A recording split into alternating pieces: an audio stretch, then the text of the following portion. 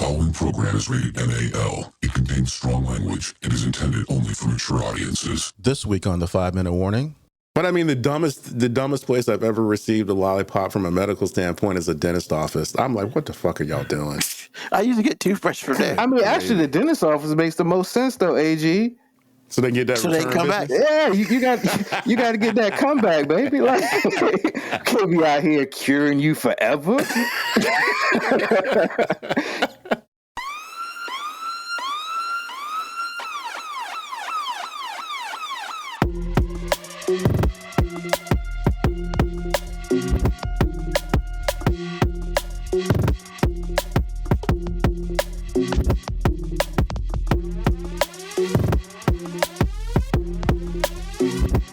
Show that gives you everything and nothing at all.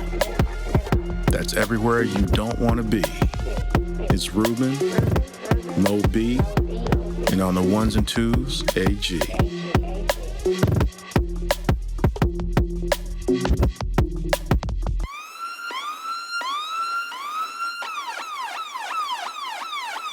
The 5-Minute Warning.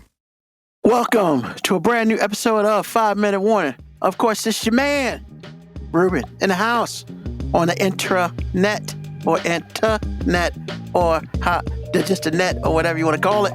We're here back for another Sunday of conversation and things that a lot of people don't care about. But, of course, always riding with me is my cousin AG.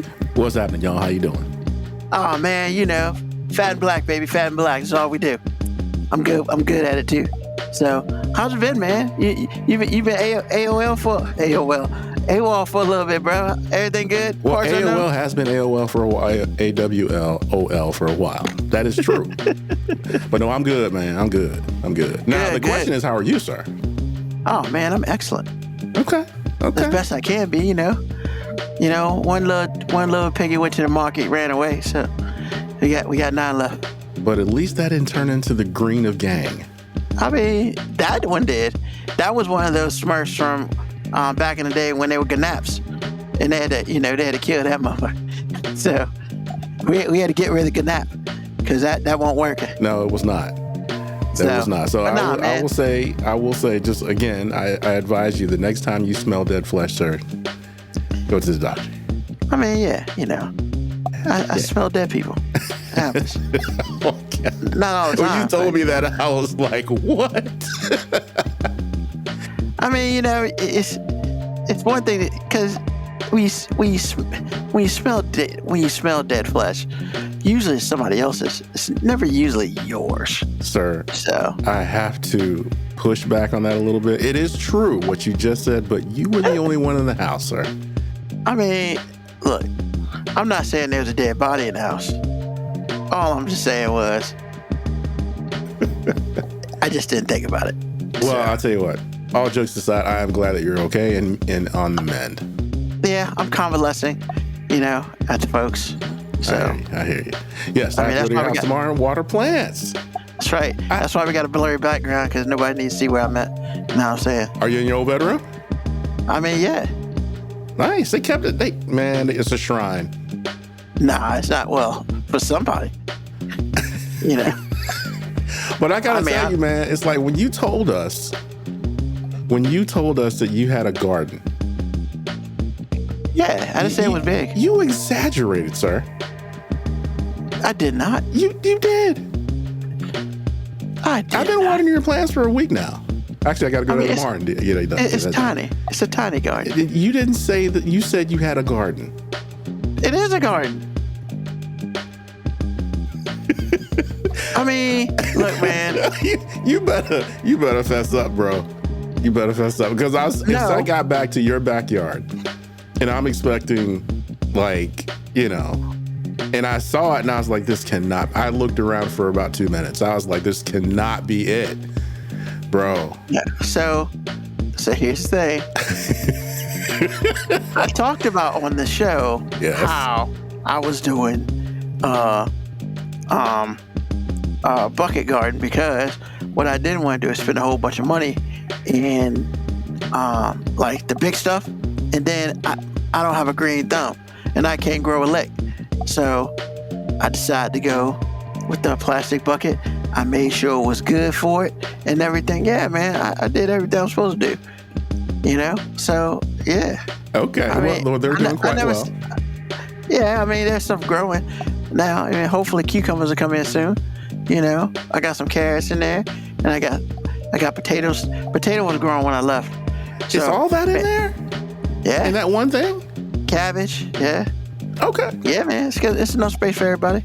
Well, man, I got a mustard seed of faith for you, sir. I mean, you know.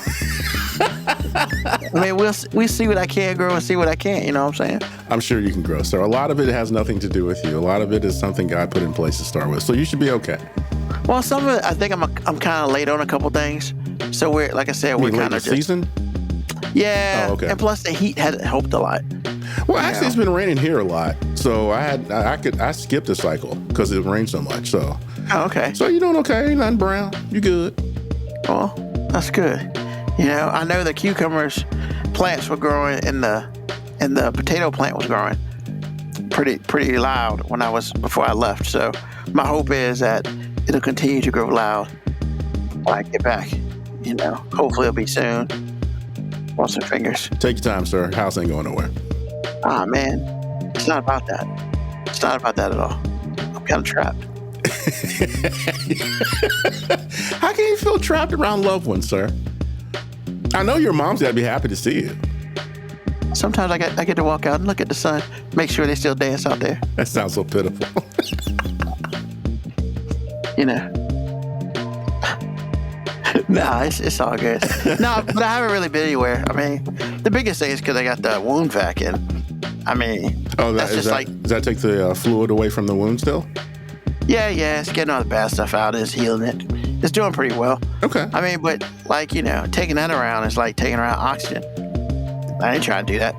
I mean, I hear what you're saying, but I mean, can you just at least go out to the backyard and just, you know, get some sun? Well, I go out there for about 10, 15 minutes a day. Okay. Get some vitamin D. Okay. You know, once again, make sure that they still dance outside. Well, sir, I will commend you on your spirit. I noticed that last time I saw you. It's like you're taking this quite well. A lot of people, man, phew, they would not be taking it as well. I mean, look, man.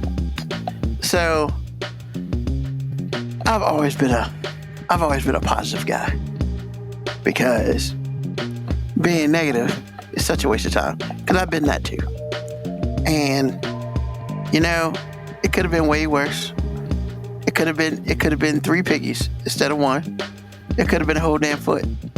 You know, being diabetic and all. So it's like, hey man, you cut off one little toe. Yeah, I thought about that. Yeah. I can still do stuff. That's right, Moco Cowboy. I ain't never negative, baby. You know. That's hilarious. I ain't been negative since 1992. But I can almost taste the sarcasm in that. Yeah. Exactly. Man. But nah, man. In my older age, like the negativity stuff is just a waste of my time. You know, because I can sit here and dwell on the fact that, oh my God, I don't have a little toe anymore. Now for my big toe, I might feel a little differently, but it's my little toe. And I mean, look, don't get it twisted. I love my little toe, but that thing has caused me more pain than love. So like, it did its job every time I hit the corner of the house, hit the corner of a room. Every time somebody accidentally stepped on that little nerve. Every time that you know, you put your sock on and it decides not to go in because it wants to be a penis. Like, you know, we had a little mental barrier for it. It wasn't that long though, so you know, it's all good. You know. Was it like on the Cosby Show when they had the burial for the goldfish? Did you have that in your mind? Nah, I didn't think about that episode, but it would have been something like that. I mean, cause look, man, there are parts of our body that are there for reasons, and then there are parts of our bodies that are there for jokes. Like, for instance, you know, little toe, man. how does that help me in daily life? It does keep a little bit of my balance, but not enough. You know, your appendix. What does it do other than when it bursts, it causes you great pain, you got to go to the hospital? I'm not really sure. Exactly, it don't do shit. So, like, you know, like, you know, like wisdom teeth, man. Same shit. Like, they there to help you, but then it's like, hey, man, I'm out this bitch. Something wrong? And I'm letting you What's going know. on? We're talking I'm about late. the lack of importance that little toes have. I mean, you know, all I'm saying is there are parts of our bodies that really have some importance, but when it's all said and done, if you don't got them joints, you can live without. And I'll just name a couple things, such as the little toe. Such as, hey, Moby, what does your appendix do? Exactly that damn thing. But when that shit bursts, you gotta go to the hospital. You know what I'm saying? And then wisdom teeth, they cool to chew with, but then when they ready to be out, they cause you great pain. Actually, I never got to chew with mine. They were just going to jack my mom's $2,000 investment up. So they had to go. They had to go right away. See, once again, man, I still got mine. They don't do nothing. They just sit back there and be like the two dudes on the Muppet Show in the balcony, man. Hey, those Man, guys were that's useful, stupid, bro. Those guys had some zingers, man. I'm just saying. Yeah, but I mean, in the grand scheme of things, it does absolutely nothing. Tonsils. What do tonsils do for you? I thought they were filters. They're No, supposed that to little, be. No, they're filters. that little thing in the back of your throat. They're filters That's a until filter? they become infected, then, you know. Exactly. But people live without them. I'm not I'm saying that just they saying, don't, man. I'm You just can live saying. without a lot of things. It don't mean they don't serve a purpose. Yeah, but I name a couple things that don't serve purposes. You know, and it's just like, I mean, technically, you can live without a kidney. I mean, but Well- you need at least one of them motherfuckers to work. But you True got that. two of them. true that. But I think that's a different animal than what we were talking about. But yeah, all I'm saying is, hey, you know, when the deed had to get done and it got done, you know, I wasn't sad about it. I wasn't like crying about it. You know, it's done. Let's move on. I'm walking around like nothing ever happened really, except I got this big wound back on. I mean, doing little exercises. Got my people got me doing exercises to maintain the strength of my legs because I literally walk. I used to walk at least a minimum of 3,000 steps a day. Now I'm down to about 1,000. So you know, I can't get out here and run because this wound vac's a problem. But yeah, I'm good, man. I'm healing back. You know, I'll be back in the game before you know it. You know, luckily I'm just not. You know, I'm not Hopalong Cassidy, so I'm cool with that. But with that being said, how you been, Moby? You know, I can't complain. I got, 10 Two toes. turntables in the microphone. I I mean, got 10 toes, man. So You apparently, know I'm what? doing Here all we right. go. that's fun. I mean, I'm just saying, I got them for now. You know what I'm saying? Like, I mean, I guess 10 toes makes you better than me, right? That's what we doing. No, but you out here acting like the toes don't fucking matter. Like, just. I didn't say they did matter. You downplaying the toe like that. That pinky toe was good for you, bro. I mean, until it wasn't. What's your pinky toe ever do to you? Caused me great pain. Hit on the wall. I mean, I went over understand this. if you're talking about your big toe, because like I hit my big toe up against shit all the time. But My big toe pinky never hits. My niggas pinky nothing. toe be out the way, bro. Nah, man, that dude looked like it's going. You know, you want to go to Busch Garden, man. That joint want to go to Burger King. I mean, go to King's Dominion, man, all the time. It's like, dude, you gotta come with the crew, man. Yeah, it's like, nah, bro, you gotta stay with the crew. You don't got choices. Well, your toes So- are set up different, man, and so It's okay. You know, I mean, we mourned the loss of the toe, and now we have moved on. By the way, the goldfish was Monty, so I think your big toe should be Monty. Definitely not. Come on, man. Rudy was sad, man. She Look, was bro, sad about the goldfish Monty, What man. I don't name is appendages. Well, Nope. hey, man, like I watched that shit on, I think it's on Prime. I can't remember it is, but Kamala, he does We Need to Talk About Cosby. I can never look at Bill Cosby the same now, man. Like the Cosby Show, everything about Bill Cosby's life, man, I can never look at it the same now. Why would he say? It's a documentary. It's like a 4-part documentary. Oh, okay. Like from the beginning. Yeah, because he crazy. No, it ain't even about crazy. Like, Bill Cosby did so many amazing things. And then there's so much problematic shit that, like, you know how we talked about R. Kelly, Ruben? Yeah, like, he was just flaunting that shit in front of us. Yeah. Bill Cosby was kind of doing the same thing. Yeah. How so? All the Spanish fly jokes. Like,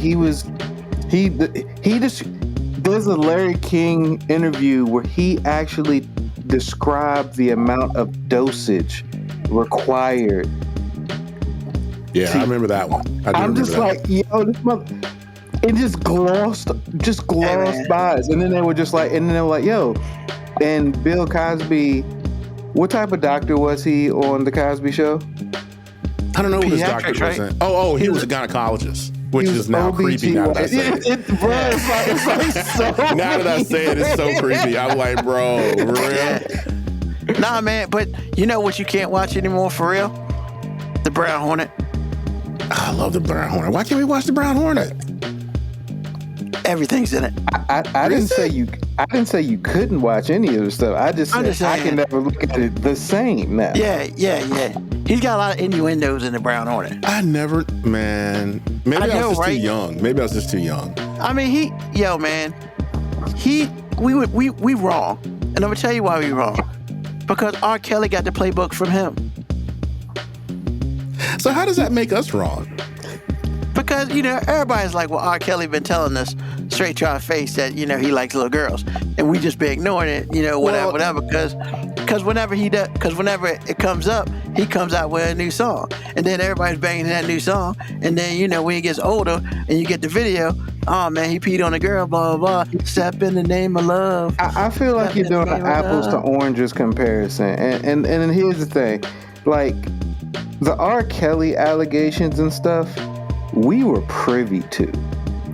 The Cosby shit, a lot of his allegations was before the social media world, before like news was really investigating every celebrity's lives intensely. Yeah. So we just didn't hear about it. Like the first time I ever heard anybody say anything negative about Cosby was Hannibal Buress' stand-up, because I'm a huge Hannibal Buress fan. He was like, Cosby rapes people. And I was laughing to the jokes. And then somebody was like, nah, Google that shit. And I was like, holy shit. I think I remember that. Didn't he get in trouble for that? He went to jail for it. No. I'm talking about the comedian. Did he get in trouble for saying that? No, he got backlash for it, but that was like that's when all the investigation about Cosby stuff got hot and heavy. He was just the first person to like really talk about it, throw it out there. And he would, and honestly, part of me is like, could this whole Cosby thing have happened because Hannibal Buress tried to talk to Cosby and Cosby was like, who the fuck are you? And Buress was like, oh, that's what we doing now, homie? All right. I mean, man. You never know who you're dealing with. That's why you got to deal with people saying. That's what I'm saying. Like, I don't know. Like, nobody, I don't know why it happened. Like, could it just be Hannibal Buress just heard things in the circle? He was really offended and he was like, hey, I don't think this is right. Or could this have just been some chance encounter in which Cosby was an asshole to the wrong person and Hannibal Buress was like, it was like, that motherfucker, I got you. I got you. I mean, so look, man, if y'all here doing dirt, man, just be nice to people. You know what I'm saying? I mean, you never know. You just never know. Being kind has a lot of rewards.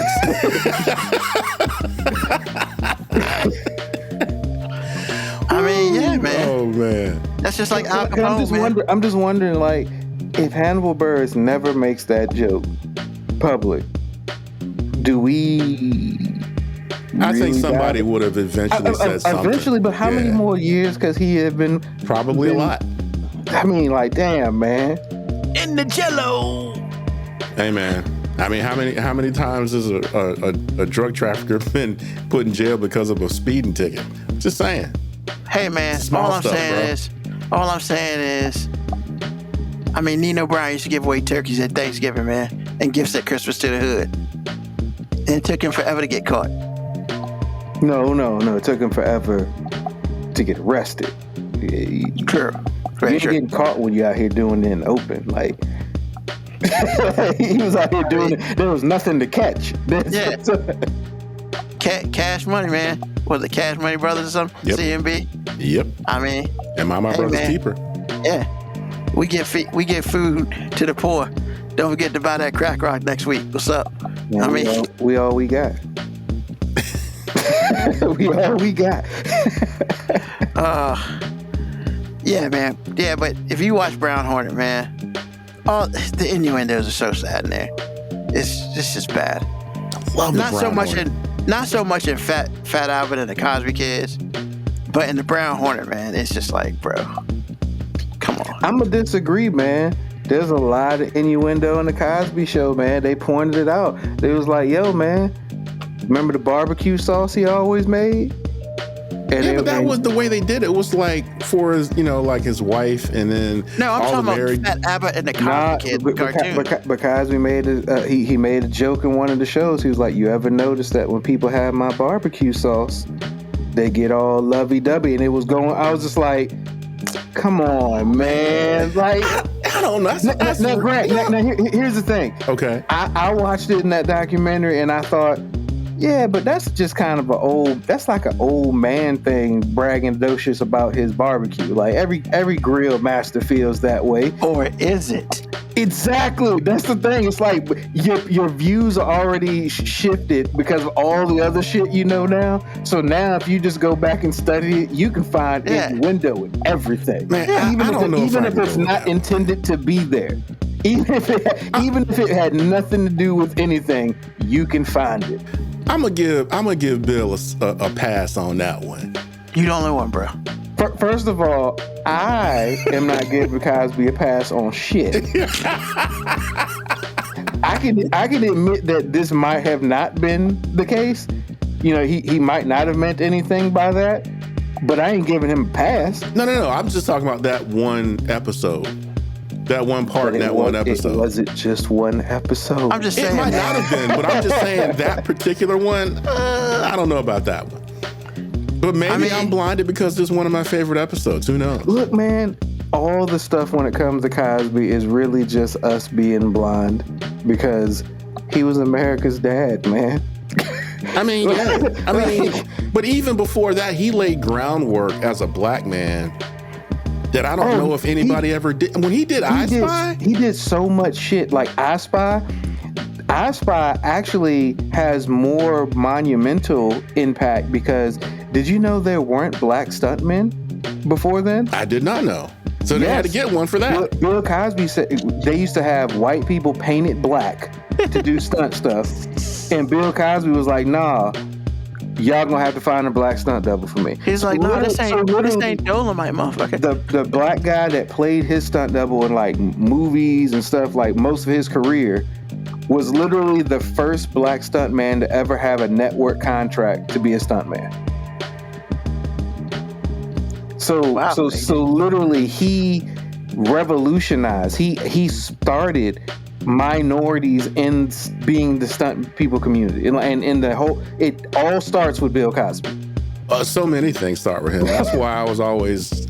It's so hard for me, man, because it's like this dude did so much good, but I always tell you, man, if you are as good as you are bad, then you just don't count. I'm just like, you just don't count, man. I mean, even though he did all these things and he got a lot of black people off in a lot of big ways. Some ways we know, some ways we don't. I knew you were gonna say it, Ruben. I was just like, let him finish his point, man. What did he say? You said he got a lot of black people off. Oh, I should have paused there, shouldn't I? Oh, that's so bad.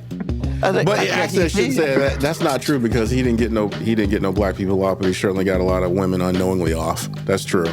But anyway, he did a lot of good things. Some of them were black. So a lot of them were black too. Well, I'm just saying he did a lot of things that were good, but the carnage that he caused by doing what he did, I'm like, bro. And then his wife, I'm like, for real? But again, I mean, he did what he did. He made choices, so I'm not gonna feel bad. It's sad. That's all. So Moco Cowboy asked if Bill Cosby was a writer on the show, or were there writers in on it? I would say, I don't think he was a full-fledged writer of the show. However, I do know that they did have the ability to ad-lib. Yeah, I was about to say, not only that, he was an overseer of writers. So they wrote the show, but like as far as like certain lines and how things were delivered, like he was the overseer of all that. That's just like the Nickelodeon stuff, man. I mean, those kids ain't write nothing, but they said what was said, and some of that stuff was nasty. They said there were at every Cosby shoot there was like 10 or 15 women like models that would be lined up in two of the rows in the studio audience, and they would go have private lunches with Cosby. And like people knew about it, and then like they asked a couple of dudes on the set because like he would have all these actresses that came and did like one show. They were on for one show. They asked like some of the guys, like the son-in-laws and stuff. They're like, yeah, so did you have your own dressing room? And they was like, nah, we shared the dressing room.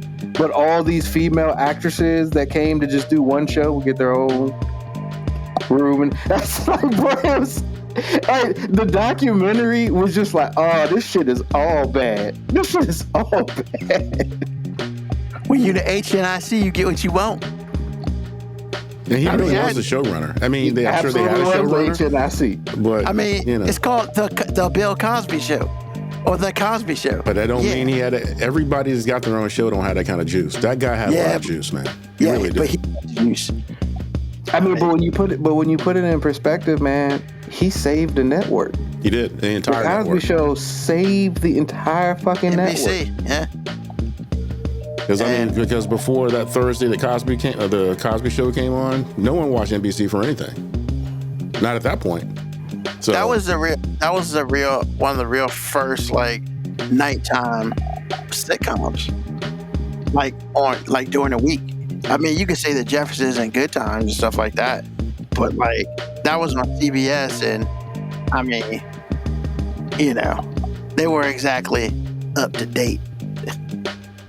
It's not about being up to date. It's just all those other black shows. They also had white people though. It wasn't even just about that. All those other black shows painted black people in almost the same exact light. Yeah. Either you broke or you coming up. Yeah, the Cosby Show, the being black was what we saw.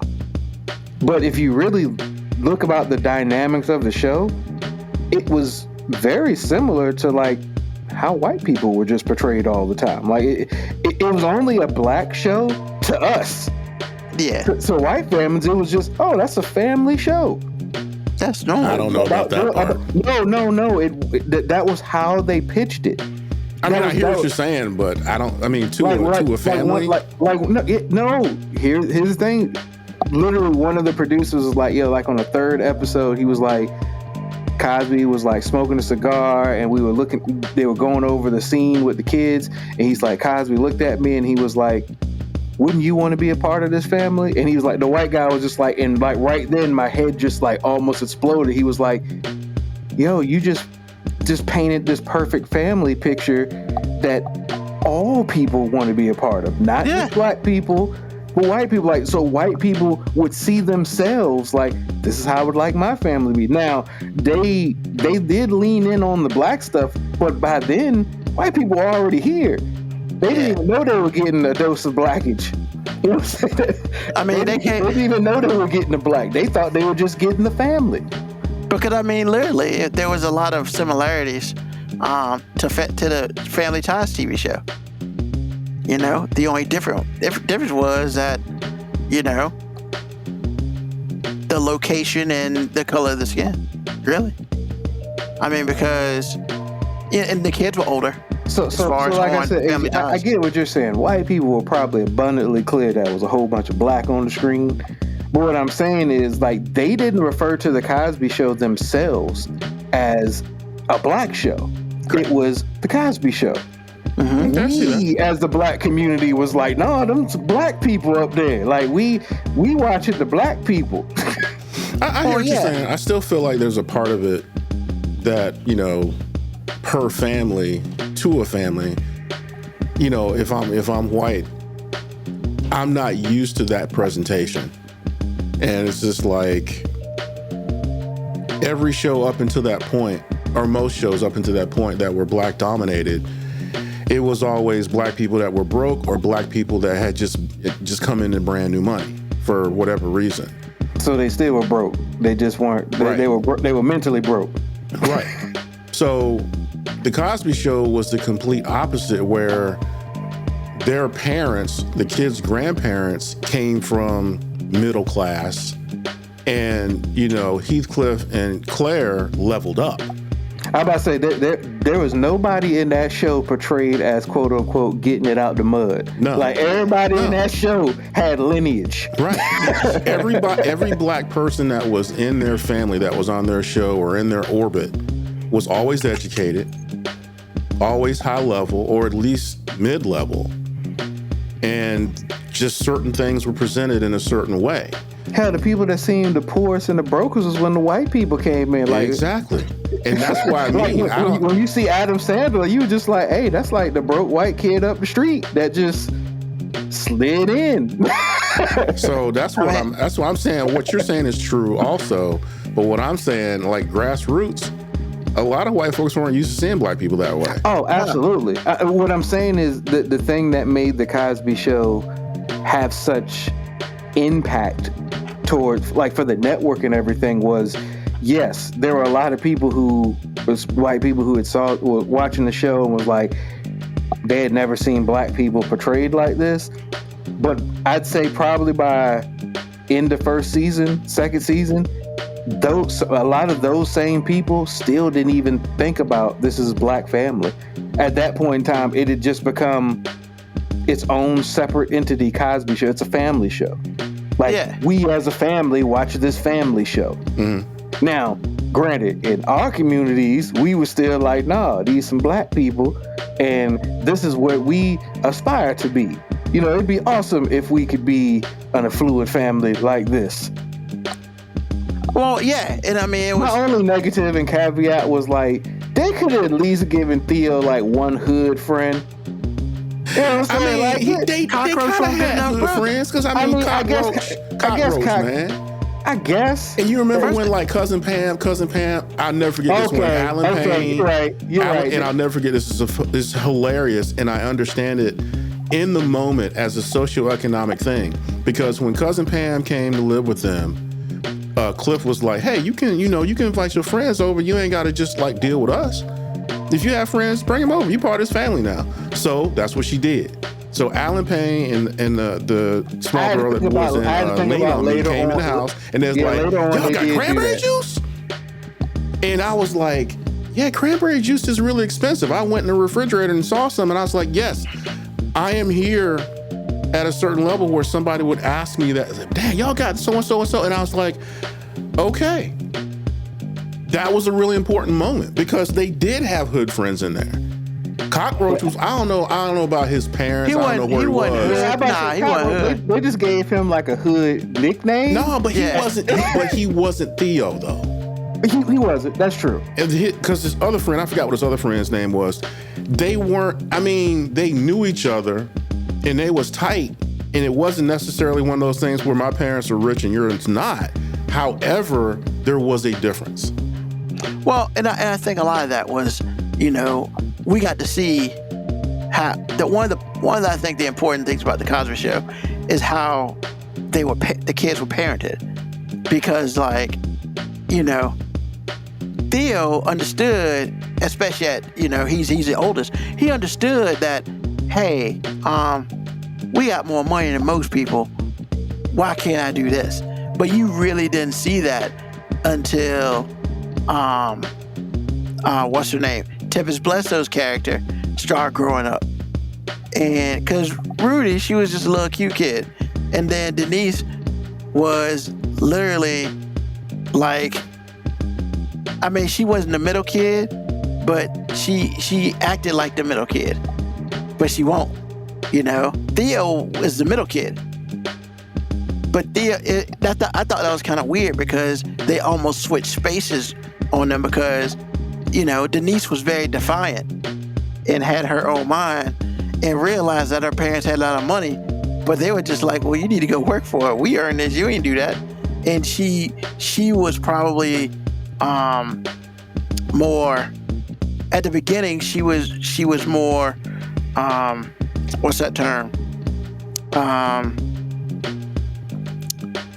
I mean, she was like, well, my parents have money. I can do what I want. But but you notice they kind of had to ground her real quick. And they did. But then when Tempest Bledsoe's character started getting older, that joint went to like 1,000. It's like, hey, why can't I get this? Why can't I get that? I mean, yeah, but that's because Tempest Bledsoe was like doing shit like going to Baltimore. Yeah. To have big fun. Exactly, to have right? Big fun. Big fun, baby. Yeah. And that's the thing, right? You know, so, you know, and another part, what I thought was cool, you know, at the beginning, because Rudy had her friends. She had the black boy down the street Bud. who wouldn't shut up. Huh? Bud. You remember Yeah. Bud?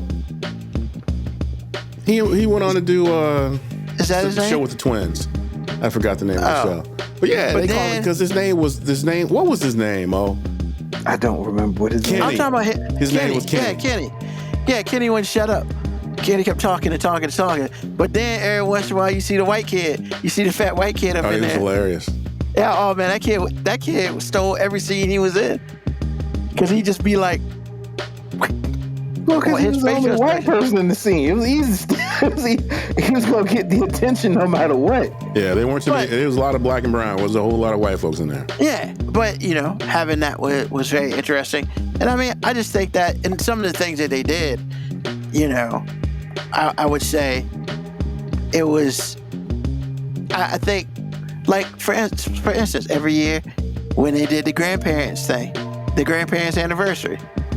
One year they sing, one year they acted like that shit don't happen. Like, at least I've never seen that in my family when that stuff happened. But that was interesting where they would do some different things like that. You know, almost like a special episode, and they would come down and for their gifts, instead of getting them some, the kids would sing to them, or the family would sing to them, which was once again kind of interesting. But you know, it showed kind of more how powerful the family is together and stuff like that. So the show I thought the whole itself, point of that was just to do idealistic shit to make you feel like I wish my family did that. well, I think what it did, I think that's part of it, but it was really a lot of trying to show, hey man, like we talk about it, you know, generations, because that's 3 generations right there. At least one episode every season had 3 generations in it. The grandparents, the parents, and the kids. And then when Sandra, who that whole thing is weird, they never really talked too much about that. When she had her kid, How Sandra just appeared. Like, we didn't even know Sandra existed. she was somebody's half daughter. They never really went into that. I think they did, but it was just like, She wasn't. Nah, that was just their kid, bro. No, Well, I she thought wanted Sandra to- was like, that was her thought first Sandra- child. I thought she was one of their kids, not the other. Hey man, But I don't even know. Can we just say black shows will erase a character or magically make one appear like no other? Because the problem is she ain't looking nothing like neither one of them, and that's why I was just like, oh, man, it was, maybe. But I mean, maybe- nor did Denise. You had 2 darker skinned black people have something like Denise? Bruh, what are you talking about? I mean, Sandra hey, man, wasn't. I mean, Sandra was the next level light bright, but still, Denise wasn't dark. G, it's a different world. You know what? Get off this show. Get off this show. That was good. That was good. I mean, but yeah. So, I mean, to me, like between Uncle Phil getting a new wife mid-season, or Family Matters just having a kid just straight up disappear with no answer. I'm gonna just say she ran away and did porn. That's what I'm gonna say. Because she actually did. I mean, that's what she did after the Family Matters thing. I mean, damn, they never even tried to explain it. They were just like, that bitch didn't exist. Don't worry about it. Well, I will say that white folks do it too, because on the first episode of Happy Days, Richie's older brother went upstairs and never came down. So, shit, you right. So white folks are savage too.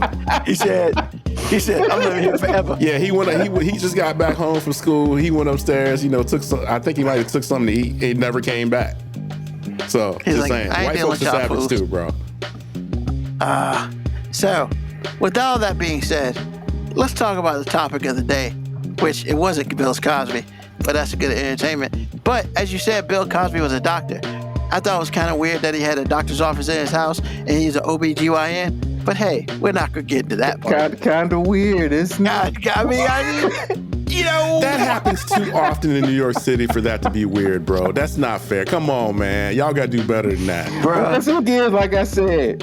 A male OBGYN in a house? It's easy to paint it when you got all these. I hear what you're saying, but you got to work harder than that, man. Come on now. That's lazy.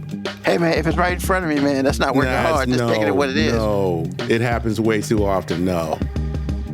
I mean, we've seen, let's be real, man. Of all the Cosby episodes, the man went to a hospital like 5 times. I don't know about that. No, but he did a lot of your dad's at the hospital right now having a baby. He did a lot of that. The reason that is so telling is because what is Bill Cosby really accused of doing? He's accused of drugging women who, he had access to. Well, what better way to have access on your show than to be an OBGYN? Who are all of your patients? Man, but the only way all of your patients. The only way you can drug these women is if they're ready to have a baby. No, but AJ, I'm not talking about like in real. I'm not talking about for show purposes. I'm talking about like in real life. For him to have access to all the extra characters with all these women. Absolutely. Hold on, absolutely. Hold on, AG. What? You just don't go to an OBGYN because you're pregnant. There are other reasons why you go to an OBGYN. I hear what you're saying, but what I'm saying is that's the only opportunity to drug them. At his house, yeah. You're not going to drug when they do that home visit. He's got somebody coming behind, another patient coming behind this woman. You can't just drug women like that. I mean, you might be able to get away with it if it's your last patient. I'm just saying. I mean, or if you're free to make your own schedule, since it is your fucking house. I can't with y'all. I'm not even gonna try. I cannot with y'all today.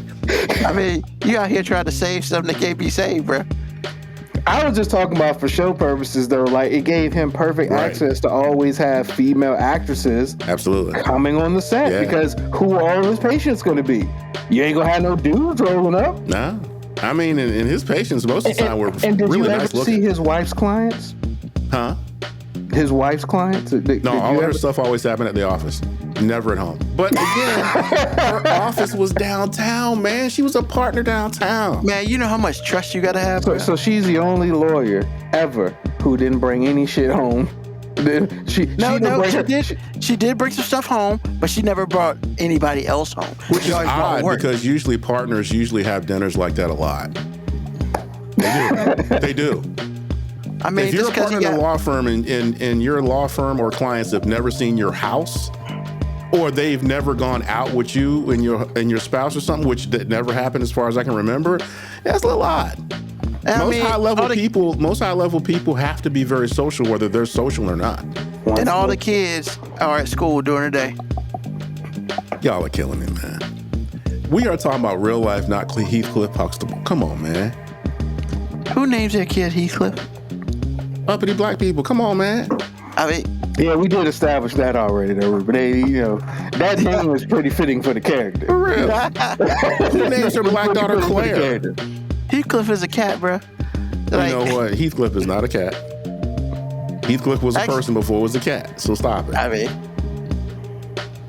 I'm just saying. You are. You're right. You're right. Over the black people. Or either that or it was a family name.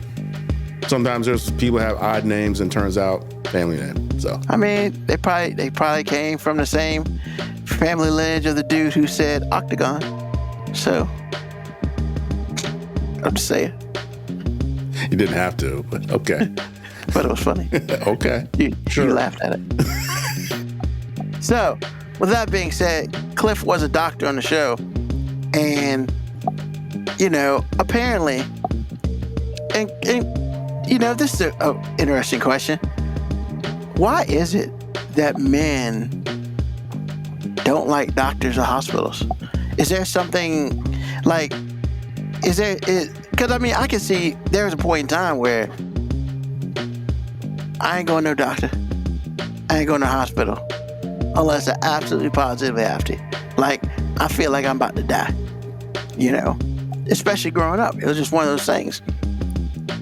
But, you know, I don't know if I want to say all men, but I know black men aren't big on going to the doctor or to the hospital. Is it, and I've been thinking about this, you know, for me, it ended like in 2021.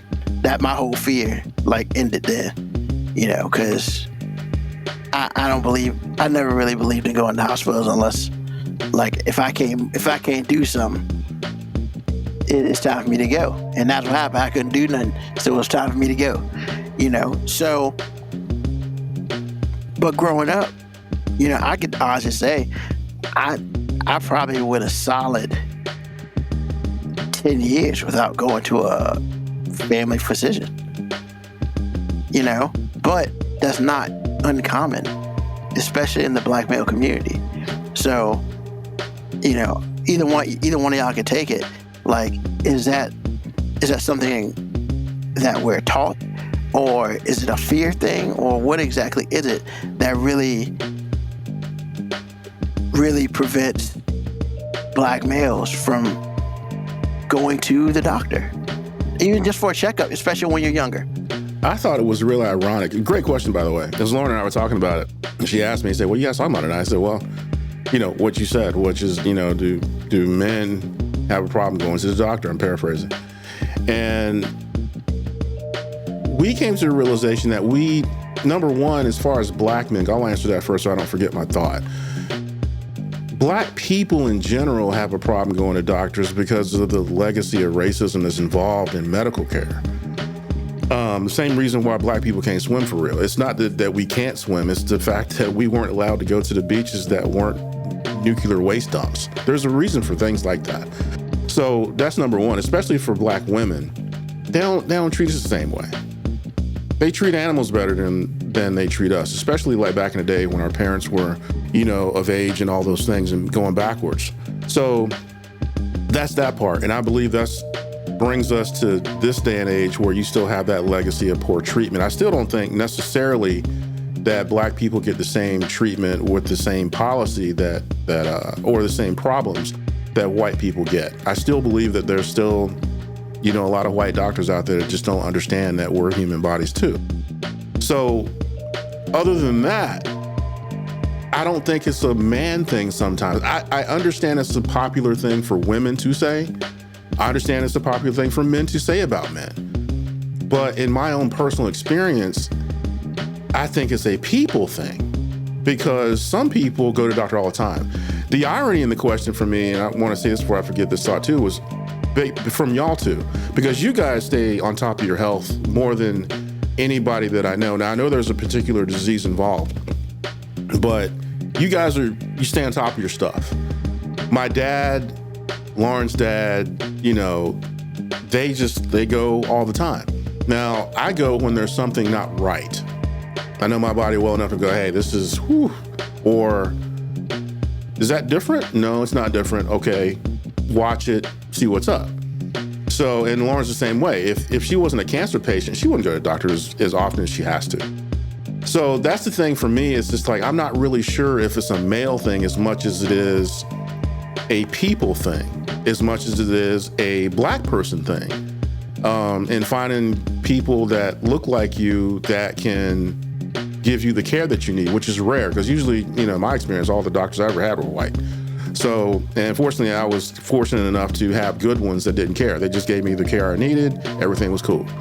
So I'm just not really sure if that's something women like to say and men like to echo, or if it's actually true. So I don't know, man. I don't know.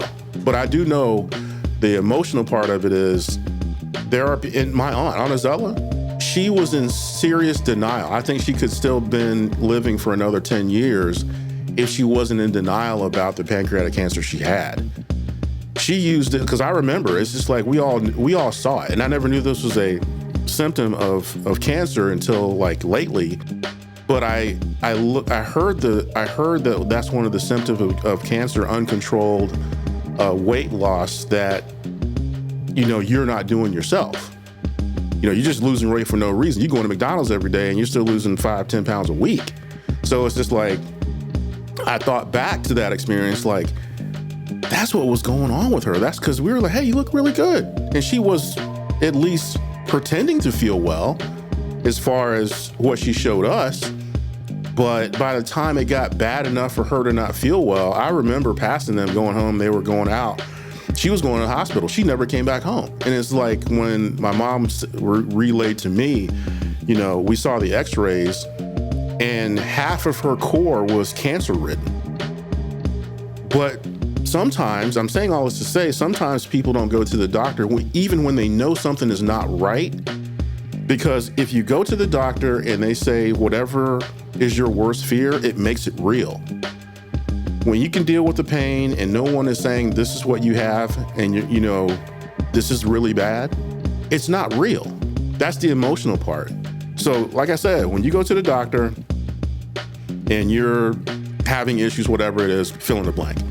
You go to the doctor when you have that fear in your mind, it's hard. So if you don't go, it's like, if I don't go, I know it's bad, but I'm dealing with the pain. It'll be okay, because I know if he says it, it makes it real. I feel like that's a big component, the emotional part of it, why people don't go. Because my blood pressure, the first exam I ever had, like physical I ever had, you got to get a finger, check your prostate. You know what I'm saying? It's like, even when I was young, but it's just like you still got it. That's part of it. And I remember not being able to sleep. And I got to the doctor's office, they took my blood pressure, and I was supposed to be dead. And it was like, you know what? We're going to take your blood pressure after we're done to make sure you're okay, because these numbers are crazy. So they went through it, everything, and they said, well, here we go. This is what's going to happen. You're going to feel like you got to pee, all the things. He did his thing, said, you're all good. It's small enough. It's smooth enough. All things are great. And after that, I calmed down. And so they took my blood pressure again and said, oh yeah, you're good. You're good. You don't have high blood pressure. You're good. And I believe that that's a part of the reason why people don't go. The emotional part has to be considered. So that's my opinion on all that. But great question, by the way. Okay. Moby? Yeah, I was just kind of piggybacking on what AD said. It is a lot of the racial components for black people. And yeah, that emotional component is, and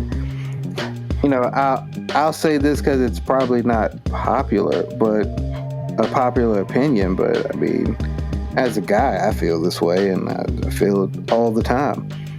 I think we're a results-based community as far as like guys. Generally, we dictate decisions based on results, and as men, being sick is not an excuse for not getting shit done. So a lot of times, like as a guy, it's like, I ain't got time to deal with that. I got all this other stuff that even if I go to the hospital or the doctor and they tell me all these other things are wrong, nobody's going to tell me that these other things don't have to still get done. So I don't have time. the lifestyle changes and the emotional components of diagnosis for men are often greater, like a harder thing to deal with than the actual ailment. Like the first thing people say when you go to the doctor or something, the doctor always says, "Oh man, take it easy. You're doing too much." Well, it's like, Doc, I would love to not do more, but shit ain't gonna pay for itself. Like, nobody's gonna, So as a guy, I think there's a different expectation of what your health actually means. Now, granted, I do 100% know the what women and what other people will say. It's like, hey, well, you can't do anything if you're not alive. Very true. Very good point. However, you knowing that I'm sick isn't going to stop your expectation of the shit still getting done. And I'm not saying that women don't feel that way. I'm saying that from my experience, men do not get the same level of empathy when it comes to health being in the way of them doing stuff as women do. That's just my personal opinion, but I mean, I'm sure there's some woman that will hear this and be like, "What are you talking about?" But as a guy, I'm telling you, like, I have witnessed it. When a woman doesn't feel good, we can't wait to tell her to get off her feet, sit down, take it easy. I don't see people doing that when Uncle So-and-so said he had a headache. Or, you know what I'm saying? Like, no, it just didn't happen. At least not in the circles I rolled in. So, is that a little bit of social programming? Absolutely. I know I'm like that. I'm absolutely like that. No matter how bad I feel, like, I got to be really, really feeling bad to shut the shit down.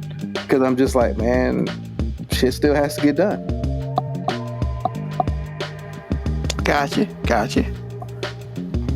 Couple things. First, Kebiako said, started going to the doc when I first got health insurance and read that was included. Your boy don't like to waste money. I hear you there. And Brent was like, if I had gone earlier, I still have my leg minus a few toes. Ooh. So yeah, like honestly, I think I agree with both of you, especially on the aspect of the emotions being part of it. Because the last thing you want to hear is go to a doctor and say something's wrong with you. That's just what it is. Because I know when I got diagnosed type 2, I did what I did. And then literally, I went to a doctor like 3 years later. And then I didn't go to a doctor until like 2017 when my knee decided it wanted to swell up and stuff. And then I didn't really have choices. I went to the emergency room. So like, then I've been in the hospital twice since. But I mean, I get checkups, regular checkups now and all that. And yeah, like at first I was really like, I don't really need to go to the hospital. Because usually if I ever get sick, it cleared up in a day or two. At least with me. Maybe not, whatever. But that's just the way I handled it. Now that I'm older and knowing that I got going on what I got going on, like, I go to the doctor, all right. Like, it's not even a thing to me anymore.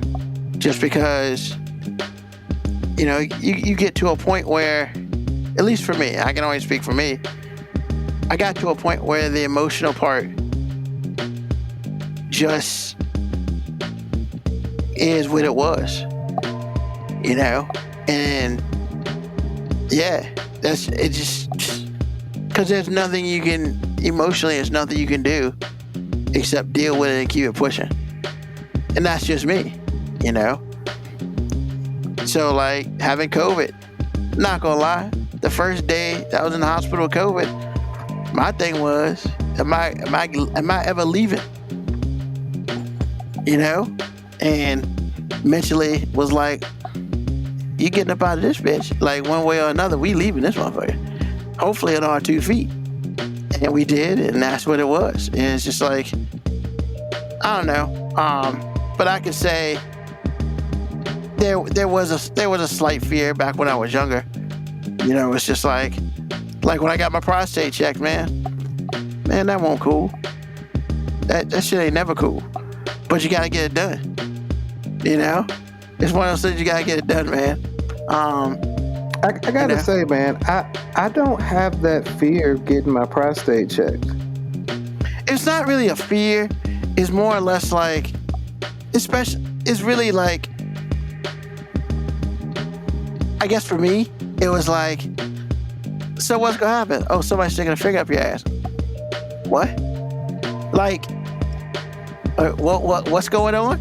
Like, and once it happened, I mean, it happened. It was quick, but still, you know, it's just like, I'm pretty sure it was just. I mean, did you want it to be longer? You know what? Stop it. That was exactly good.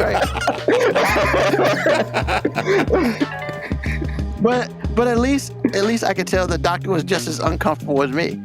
So I was like, all right, well, you know. I mean, I guess I'm just kind of desensitized to that because I'm just like, I mean, probably because of my recent, all the experiences I've had. I mean, like, a doc sticking a finger in my ass is like the least invasive thing that's happened to me in 2025. Like, it just, I mean, yeah, that's a little different, you know. There is context there, y'all. There is context there. Yeah.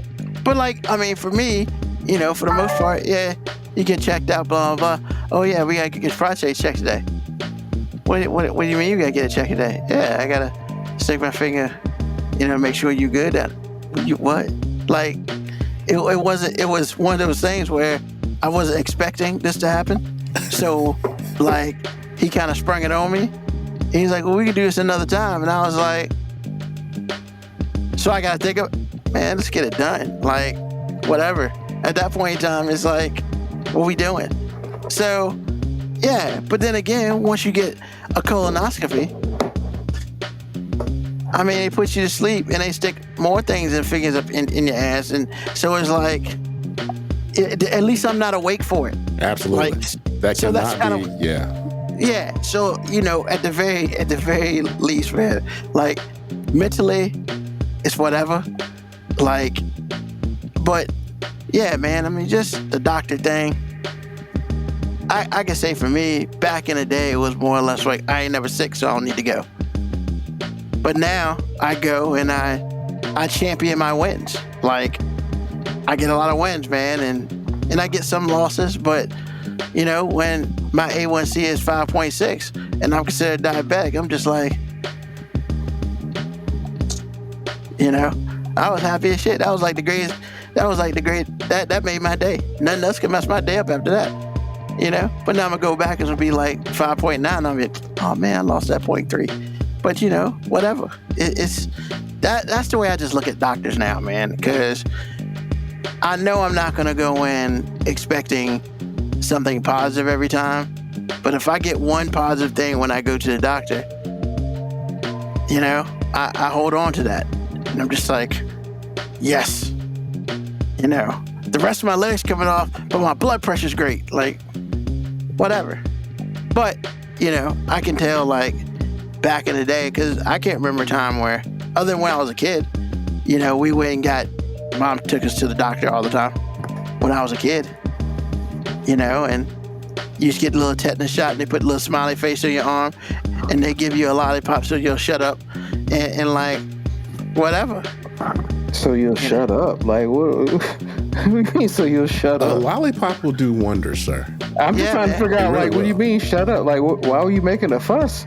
Because, like, I didn't like needles as a kid. So, like, when they give you tetanus shots, when they give you shots in your arm, you know, I'm a dumbass kid. I look at the shot, well, you know, give me a lollipop, I shut the fuck up. You know what I'm saying? Okay. Yeah. So you mean I could have got a lollipop if I'd have just faked it? Yes. Yes. Everyone doesn't have ice water in their veins, sir. Bro. Everyone doesn't not react to the whole world burning down. Some people get emotional, man. All you gotta do is look like you about to cry. You get a lollipop, bro. And that's, hey, man, some of that stuff didn't hurt. Don't mean I ain't fake it. But I mean, the dumbest place I've ever received a lollipop from a medical standpoint is a dentist office. I'm like, what the fuck are y'all doing? I used to get toothbrush from there. I mean, actually, the dentist office makes the most sense though, AG. So they get that return business? Yeah, you got to get that comeback, baby. Like, can't be out here curing you forever. Type of business model is that, AG? No, I'm just saying. I just got a tongue lashing because I got a cavity and you gonna offer me a lollipop? What the fuck? Hey, you take that lollipop and you enjoy it. The dentist don't give a fuck about your mom yelling at you. No, this is from the hygienist, man. I mean, they gotta fake it. What they supposed to be like? Good job. We gave us a little bit more work today. That's right. Get to charge that insurance, son. Root canal, bitch. Yeah. We coming for the wizard tooth next time. Oh, they did. They came for him. Oh my god. Only thing I know the dentist used to always be like is like, hey, you're a prime candidate for braces, and I'd be like, you ain't even looked in my mouth yet. Yeah, but kid, everybody can get braces. Like we just like giving everybody braces. Braces free over here, baby. I mean, I probably should have got braces because my teeth have always been crooked. But like they are. Oh yeah. But hey, man, these teeth been crooked forever, man. So we good. I ain't what I need braces for at this point in time. Like these crooked teeth have done just fine. I believe so. Yeah, man, I got my little gap so I can sing and stuff. But as long as they can saw through food, I'm good. Exactly. Saw through it, grind it, whatever. Yeah, man, little kid to get a little smiley. They give you the 3-prong shot on your arm, and then it'll be the eyes and the nose, and they put a smiley face, a circle on that joint, man. I don't remember getting none of that. I never got that, sir. What kind of doctors you visit? I just remember getting a little Band-Aid. I would get the smiley face Band-Aid. I do know what you're talking about there, but you talking about doing designs and shit. Like, I ain't getting none of that. Like, bro, I was getting a tat, son. I was getting a tat every time I went to the doctor. Tell you what, you didn't go to Cosby's doctor office. That's what I was thinking that same thing. No. He doesn't like my equipment. So, but yeah, man, so, nah, man, because I've heard like a lot of black dudes just don't go to the hospital. They go late, and I've been binging SWAT for the last like week now, and there was an episode where my man's dad didn't want to go. He was coughing up blood, man. He didn't want to go to the hospital. Well, see, that's the thing I'm talking about. Like, if you go to the bathroom, there's a certain person in my mind. I don't even mention their names, but when you go to the bathroom and you have rectal bleeding and you still don't go, that's the kind of thing that I'm talking about. Like, bro, no matter what it is, you already know it's bad. Yeah, you can't. You can only go up from where you are right now. You have to go. Because even if you're bleeding rectally, if you go soon enough, it ain't got to be a death sentence. But a lot of people, again, that emotion, man, it's like, well, I know it's bad, but I'm good. No, you're not.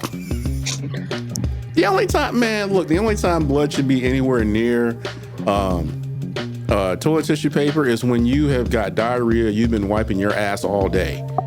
And it shouldn't be in your stool. So I'm like, but again, emotions are strong. And they have to be considered. You just can't make a judgment on people and not consider that part. So, yeah, man, I hear what you're saying. It's just like, but I don't know, man. Your emotions are very strong. That's all I'm saying. Yeah, I'm gonna end this segment by famous words from Jazz the Autobot. Get your ass checked, turkey. Off Robot Chicken. This is great. Robot Chicken, man. Funny shit ever. Because when Optimus Prime died, he transformed into a coffin. I was weak because he didn't go to the doctor because he died of like rectal bleeding or something. It was crazy. It's so crazy. And Jazz pops up. Don't get your ass checked, turkey. And I was like, thanks for giving me a message that I'm going to laugh at. But that joke is so funny if you've seen the episode. Yeah. However, without the context of it, it's like, what are you talking about? That's why I kind of had to explain the Optimus Prime part. I had to explain the Optimus Prime part. But yeah, man. So everybody, go to the doctor. Get your checkup. Checkups every 6 months. Just do it. If your insurance pays for it, great. If they don't pay for it, you got get Medicare, do something. I mean, just make sure you're on the planet for an extended period of time, or it's time for you to go. So, with that being said, AG, what's on your mind? Elle Duncan. Ooh, this is new. She said something that was really funny. She said something that only women can get away absolutely. with. I'm so glad you said that. If a guy would have made that canceled. oh my God. They would have got fired before the telecast was over with. She said, it's like, okay, I can't remember exactly, but basically she was saying they were talking about the WNBA All-Star game. It's a lot of scoring, defense, a lot of points. Right. Is this like defense out here is like a girl's trip to Cancun with no D? Yeah, she said it's like a girl's trip to Cancun, no D. Exactly. And I said, I rewound that back. No, I didn't rewind it, but I let it play about 5 or 6 times. She did not say that live. She said that shit live. Yes, I saw it, AG. So when you sent it to me, I was just like, bro, I almost sent that to you. Because I was just like, no, don't get me wrong. The shit is fucking funny. Yes. It was amazing what she said. I was just like, if some dude would have said that on ESPN, he'd get fired. He would have got fired with the microphone in his hand. It would have been got instant. fired and sued the same day. But again, like Mo said, man, it's like there are certain things that, and I agree with it. Don't get me wrong, I'm not mad. There are certain things only women can say, and that was one of them. And I was like, whoa. It's like a girl's trip to Cancun. No D. There's no D. And her two partners were like, what did you just say, bitch? Yeah, they knew. They was like, whoa. Oh, man. So again. And they switched from it real quick, too. It didn't matter. Everybody heard it didn't matter. Hold on. Was it during the game? No, it was like a halftime thing. Yeah, it was a halftime, bro. It was just... You know how they get together and they talk about it, they break down the first half of the game and whatever. That's when she said it. That's when she said it. And she said it with her whole chest. Real talk. I mean, it's on Instagram. You can see it. Hey, man. Like, I will give Elle Duncan credit, man. That was savage, She gives no Fs. Maybe that's why she has a job. She don't have to. Yeah. She is like... She feels as comfortable as Don Lemon in 2018 on CNN. Well, because back in the day, Don Lemon was damn near untouchable on CNN. Like, but before MAGA was a thing, and all the people would like talk about CNN being so liberal. Oh man, Don Lemon would be getting wasted during New Year's parties and live. He was untouchable. Andy Cohen, baby. Yeah. Andy Cohen. Up there wasted. Him and Anderson Cooper. Yeah. Anderson, Yeah, Anderson had to come back on that a couple years ago.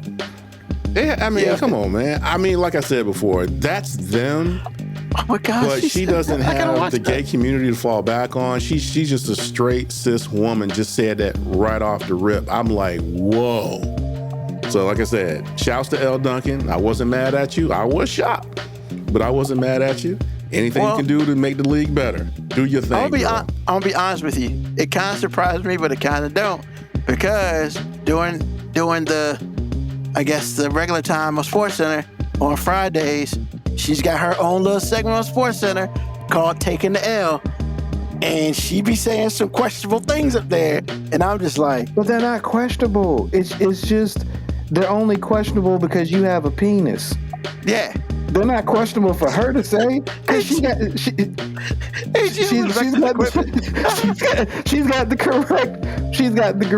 correct tools to get away with saying the stuff. You're not wrong, man. Like he said, it's like there's no way in the world a man that gets away with that, even though it's true. If that's the analogy you want to make. It's a quality joke. Can we just acknowledge it's a quality joke? That's why I'm shouting her out. That's why I'm shouting her out, because when I saw that, I was like, that is freaking hilarious. A girl's trip to Cancun. No D. Oh, God. No D. That's so funny. That's so funny. In fact, Girls Trip 2 coming out at some point. That's hilarious. For what? Because the first one was good. Yeah, why mess up something good, man? Because it's not going to be that money. Get that money. But anyway, Elle Duncan, great joke. Savage. She's savage for real. Yeah. Great joke. I mean, all the good things. But men, don't think that you're her. Don't think that you're a female. Shut the fuck up. Yeah, you can't say that. You can't say that. Unless you're in a safe space. Yeah, there is no safe space. Like here. You could be, because we, like, who's the first gonna cancel us? The 5 people that listen to us? Yeah, is it 5 still? I thought it was like 4 or 3.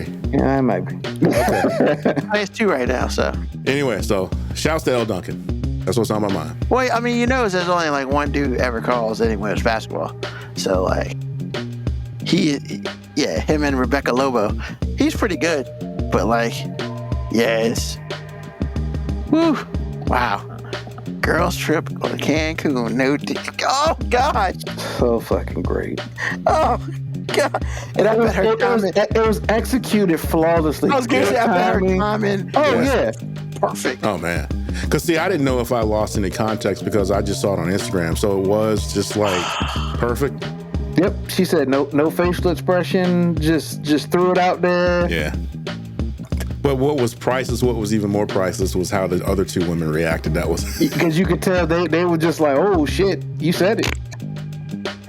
Aguma K, what's her name? Yes. Redbone. The Redbone? I thought Elle Duncan was the Redbone. No. She's the light bright. Oh, okay. There's a light bright. No, I understand the levels. Yes, I do. Yeah, they tried to make sure all pigmentations of blackness were represented in the women's broadcast of WNBA. Yeah, it's black, brown, Redbone. Because she's split and then commentating by white. So that way they're just covered all across the spectrum. Got it. Yeah. So you can't come back and be like, yeah, I got no diversity. What? My bad. We couldn't get Barney out here. The purple. Sorry. I gotta look at that because I know I'm gonna lose it when I see it. Because she's money, man. She on a good day, like listen up when she's on Bomani Jones, man. Oh yeah, her and Bomani Jones. Gold. Oh god, gold. She's money, bro. She's money, and yeah, she's money. All right. Thank you, AG. Yes, sir. Mo B, what's on your mind? Well, I just want to piggyback off that because I did throw a Don Lemon reference out there. If you ever have a chance to like just listen to Don Lemon's own podcast, like I promise you, it is an entertaining listen. Not because Don Lemon is doing anything other than Don Lemon newscaster thing, but I do appreciate the amount of freedom that Don Lemon has now that he ain't tied to any network. Mm-hmm. I was listening the other day, and I think after the Epstein shit came out, where they're not going to do it, he was just talking about all the people who've been flip-flopping on their Epstein views, and he said, with no hesitation, with no laughter, with no pause, he named somebody and he said he's been a consummate Trump dick rider from day one. And I was just like, oh shit, we out here saying dick rider time? Dick rider down on this bitch, right? That's funny. That's funny on so many levels. That's just funny. And then he said it once and I was just like, all right, now I'm invested in what you're talking about. And then he said it again. He was like, there's a whole list of Donald Trump dick riders, and I was just like, I wish this Don Lemon could have been on CNN. I mean, that was the first time I heard shit show on public TV. So yeah, he could have said that. I mean, so but what's on my mind also relates to the WNBA, but it's not about them not having no D, or it's the lack thereof. It's the WNBA protest that was happening during the All-Star game, where all of them come out with T-shirts that say, "Pay us what you owe us." I feel like their messaging is very wrong. If the T-shirts would have just said "Pay us," I would have been all with them. I wouldn't have. No qualms. Pay us what you owe us is such an entitled fucking statement. You have been a league for almost 30 years, losing money. The NBA has literally lost money every year funding your organization. And now, because you got the most popularity you've ever had, it's pay us what you owe us? How about you just want to get paid? Like, pay us. Pay us, well deserved. What you owe us, bitch, you in debt. You 30 years in debt. Now this is not an anti-WNBA thing. This is anti-messaging. Like, sometimes your message matters. Not even the messenger, because you're the right messengers. It's the wrong message. Just say pay us. Not what you owe us. Because who is the us you're talking about? The league that's been funding your organization at a loss for 30 years? They owe you?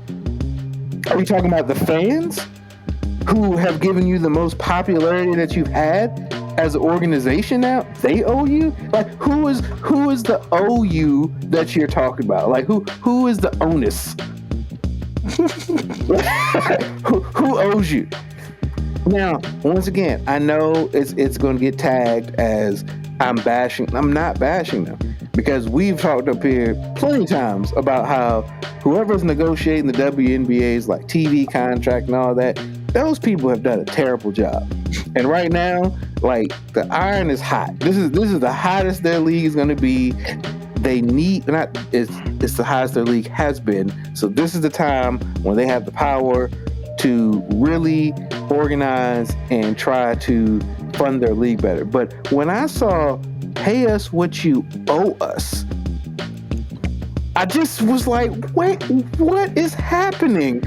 When did we become part of we owe you? I don't like giving big corporations passes.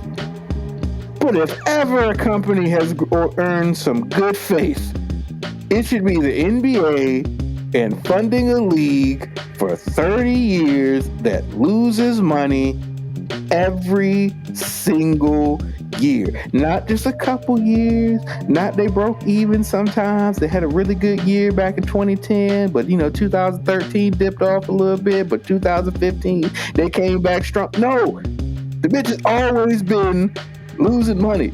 30 years of losing money. And now your popularity is hot. You got a couple of really big personalities in WNBA. You've got fanfare that you've never had. College women's basketball is bigger than it's ever been. And now you're going to look at the NBA and say, you owe us? I am too petty to have that type of money. I have told you before on this show many a time. But if I was the NBA and I saw a whole bunch of people who I've been funding for 30 years at a loss, talking about pay us what you owe us, league shut down. Wait a minute, you gonna shut down the whole league? League shut down. Is this you driving backwards through Wendy's drive through? Exactly, because I'm like, hey, y'all can have a league, but you can't have NBA attached to it. Y'all can be a women's basketball association, but you can't be the NBA. You can't be the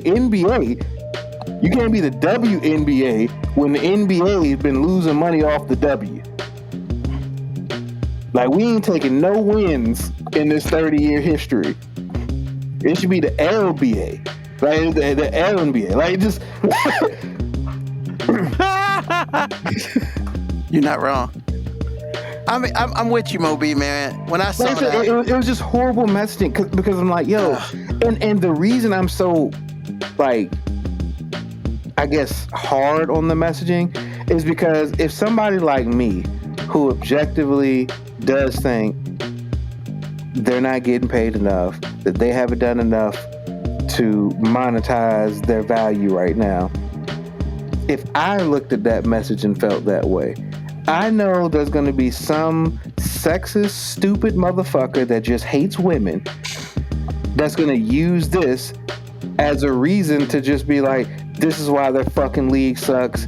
These blah blah blah derogatory women terms, need to just go away. They're gonna weaponize this bad message. Where if you just said, "Pay us," the message it'd been a lot harder to skew that. But when you throw the OS part, now you're turning the NBA, the league that has funded you, into your enemy when they are not your enemy. Your own organization is the enemy. And in many ways, women have been your enemy because, if women flock to your league the way women flock to the NBA's league, because a lot of people you see in NBA stands are women, a lot of NBA fans, women, and a lot of these same NBA fans probably can't name 5 WNBA players. But they want these women to get paid, and that's cool. I can't name a ton of WNBA players, but I want them to get paid. But just to say, pay us what you owe us, get better marketing, man. Like that's the reason y'all not getting money, because whoever is doing y'all's marketing and organizing y'all's messages has been doing y'all a disservice. That's what's on my mind, man. I want them to do better. I need them to, whoever the idea was to throw the OS up there, don't let that bitch talk no more. Say we love your spirit, we love your heart. We just need you to support from the background. Like, we don't need you talking no more.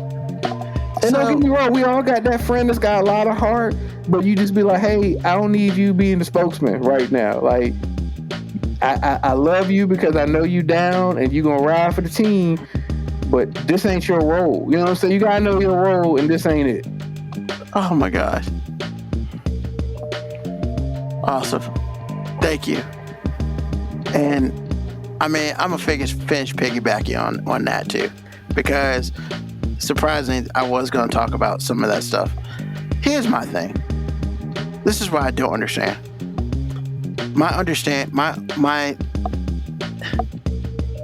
The two people who created Unraveled, basketball 3-on-3 league that did very well for itself in the off season, very well, financially, everything. It did very well. Those two are the president, vice president of the WMPA, whatever it is. Like the Players Union. They're smart enough to put a league together and do all the sponsorships and stuff like that. But they're not smart enough to sit in a room with people to get a new CBA. I'd say that's a bad phrase to say they're not smart enough. They're working on the CBA, and maybe they haven't had access and as much opportunity and time. These things don't just happen in 5 minutes. Correct. But I guess what I'm saying is yes, I agree with you, Moby. That messaging was terrible. Like, I literally looked at it and I was like, I can't. I turned from the All-Star because I couldn't do it. I literally couldn't do it because I was just like, that's stupid. And then on top of that, it's like, I get it, man. Everybody's upset. But when is the temperature going to be turned down? It's almost like they keep turning the temperature up because they want people to feel bad for them. And I'm going to sit here and tell you that I want you to get paid too, but I'm not going to sit here and feel bad for you. And I'm going to tell you why I'm not going to sit here and feel bad for you. Because, I truly feel like their issue is with marketing. Their issue is with those people making contracts. If you really want to make some moves in this, you might need to clear the whole slate. Well, honestly, I think also it's perspective because, like, how old is the NBA? Oh, Jesus. It's almost 100. It's almost 100 years old. Something like that, yeah. Something like that. So your league is 30 years old. Like, players in the 60s and the 50s weren't rich in NBA. Not at all. Like, your league has to grow in popularity. Like, comparison is the theft of all joy. That is a very famous quote. And I think right now the WNBA and women are looking at the NBA and how, oh man, they're getting paid all of this money now. We should be getting that too. But the players from the 60s and the 70s laid the foundation. 60s, 70s, 80s, and 90s laid the foundation for these guys to be getting paid this much money. You're 30 years in. You're like 40, 50 years timeline away, like behind. Yeah. Where this league is. So you shouldn't be comparing yourself to a league. That's like me getting mad at a 6-year-old for losing on a pickup basketball game to a 24-year-old. It's like, yeah, you probably should take that L. I would think worse of the 24-year-old for losing to you. True. And that's the thing, right? Like, you know, I think they're in a renaissance right now in which college basketball, like, all this is buoyed.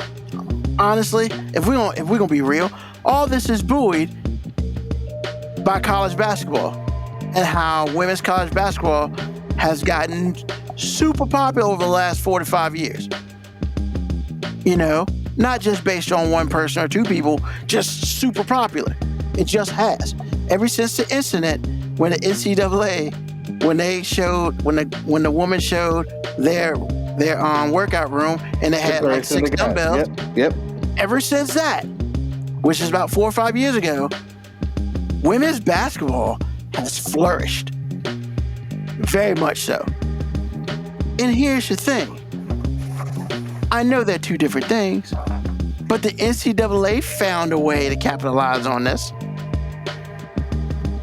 My question is, why hasn't the WNBA found a way to capitalize on this?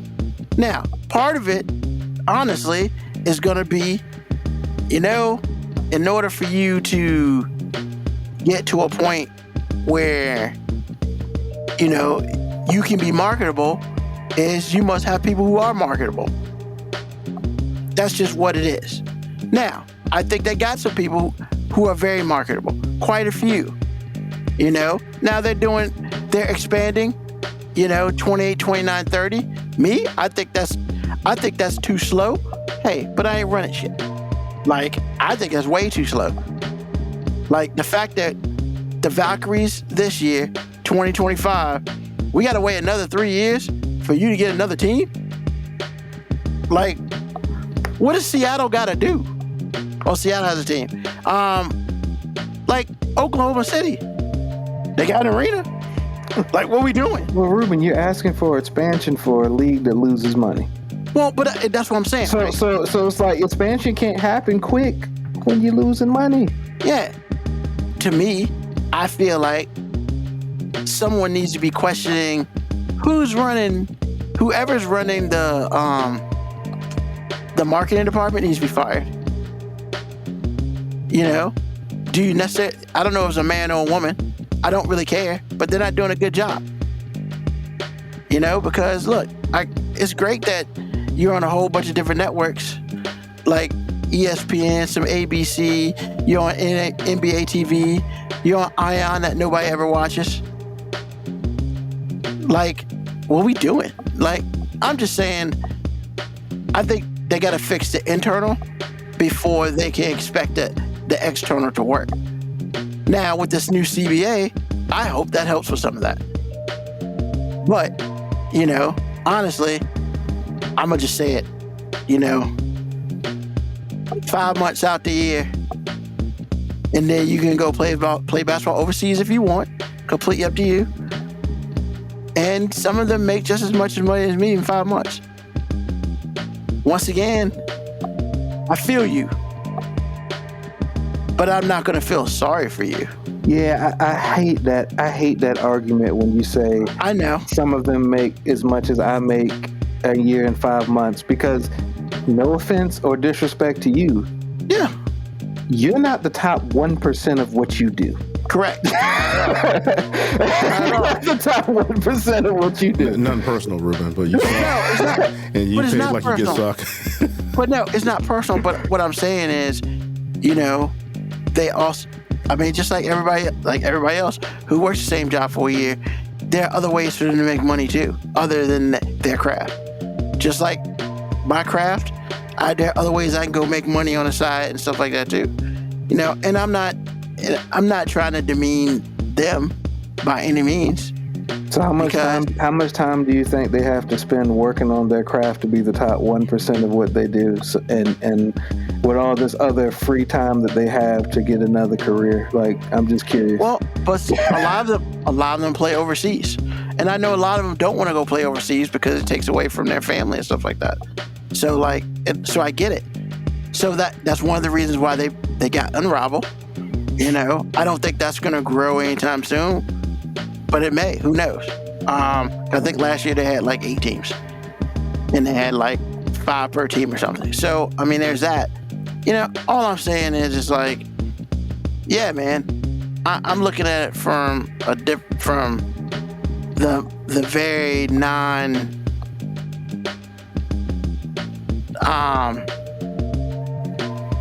I guess my thing is I feel like they want to pull our heartstrings. However, as you just said, they're at the top 1% of their thing. I ain't there. So it's kind of hard for me. I think they're just not going to be able to pull people's heartstrings, because the heartstrings they have to pull are the heartstrings of the people paying them, and money don't give a fuck about your feelings. Exactly. That's what makes, to me, like you said, if they left just pay us or whatever, the other part is almost like you ain't been, hey man, we ain't been taking care of y'all ever. Like, hey, you good. I mean, you good when we have sex, but when you do this, I just lose it. Comparison is the theft of all joy. Yeah. And unfortunately, this is women. A lot of women, and I'll say people in general, a lot of people have turned this into a women and men equal treatment thing. Like, and this is 2 different things. Like, this isn't about women not justly getting paid for the same job, because they don't do the same job. Not at all. They don't fill up the arenas the same way. They don't play as many games. They don't make the league as much money. And you can't want equal pay without equal work and results, because they don't work as much. And I just mean purely from a game standpoint. They don't play as many games. They don't bring in as much revenue. And you can say, and they can go, well, nobody's marketing us and they're not pushing us. The NBA has literally been marketing you for 30 years for free. And what I mean by free is, like, they ain't made no money off of doing it. So they literally are just throwing money at you because they want your league to be profitable. But it ain't. Like, let's not try to compare. Well, there's no way that Steph should make this much money and then Caitlin Clark only makes this much money. That's a stupid fucking comparison. Because what Steph does financially for organization in the city is way more than what even Caitlin does. Because y'all haven't monetized it correctly. Now, when y'all negotiate a new TV deal, when the league becomes more profitable, y'all can be more equitable. But right now, I can't say you should be getting paid millions of dollars when you're not bringing any money. Where is this money coming from? Yeah. That's my only thing. It's just like, look, man, I want you to get paid too.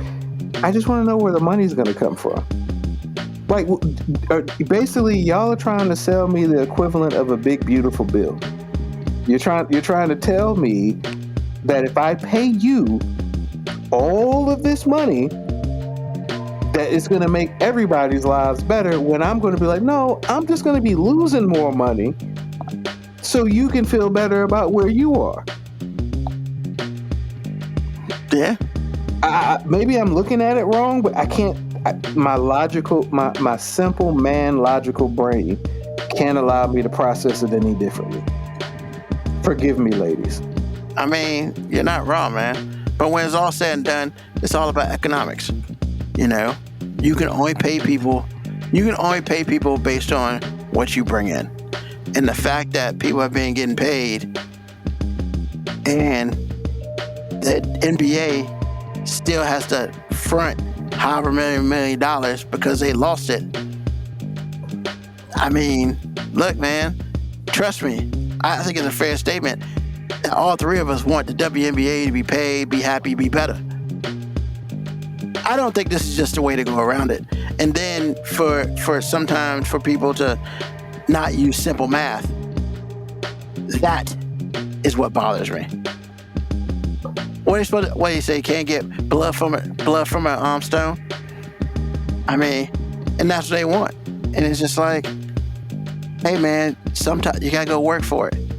The NBA didn't start making money until they start showing games live on TV. Because remember, back in the day, those were on tape delays.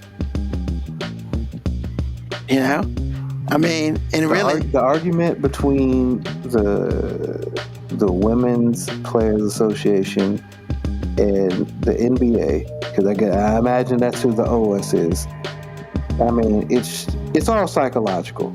It's all psychological. Like the representation for the women who expect them to get paid the same exact amount as these NBA players, they're psycho. And the NBA who has to fund it, they're logical. So it's all psychological. It's all psychological right now. That's just what's happening right now. And I don't know who's gonna win. My guess is the money's gonna win. It just is. Like, no matter how much the WNBA tries to make themselves a sympathetic figure, because I think they are a sympathetic figure in many ways, because I do think monetarily they're being used inequitable. Like they're worth more than they're getting paid. yes. They just ain't found a good way to monetize it yet. Well, and also, I don't think, I mean, I'll be honest, I'll say it. Like, I don't think when the last CBA was done, they didn't have this popularity. They're popularity in the people. Yeah. This is the most juice they've ever had. And they need to use it. I just don't think the pay us what you owe us was the message that accomplishes that. And here's the thing, that juice is only going to get better, because the bigger the NCAA women's basketball gets, the bigger the WNBA should get. But the problem is, you select 36 people and you only keep like 15, because the rest of them can't make the team because they ain't got enough spots. You know, and I get it. You want to add more spots to the team. Where that money gonna come from? Like, when it's all said and done, it's all about, hey, we need to work on ways to increasing the bottom line for us. And that's what they should be working on with the WNBA people. Or the market people just suck, they just need to be replaced. Because I'm with you, Moby. I mean, they're kind of getting dirtballed right now as far as like their worth. Because they're worth way more than they should be, that they're getting. So they need to fix that. So with that being said, like, thank Moby, like, thank AG. Another brand new episode of 5 Minute Warning tonight.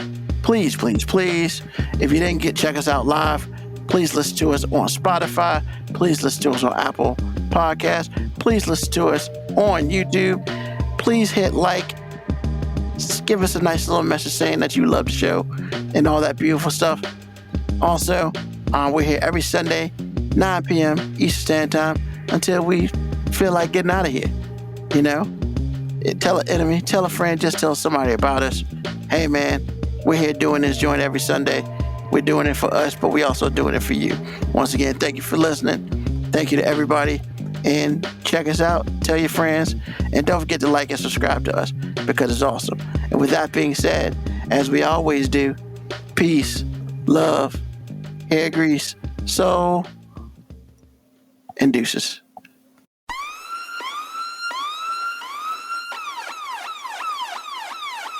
Email us at 5minutewarning19@gmail.com. And also leave comments on Facebook and Twitch. Search 5 Minute Warning. Contact us on Twitter at AG_FMW podcast, at Newsman25, at FMW 2019. Contact us on Instagram, Moby 5 Minute Warning, AG_5 Minute Warning, Newsman25. You can listen to the podcast at Apple Podcast, Spotify, or wherever you get your podcast. Thank you for listening. This has been another episode of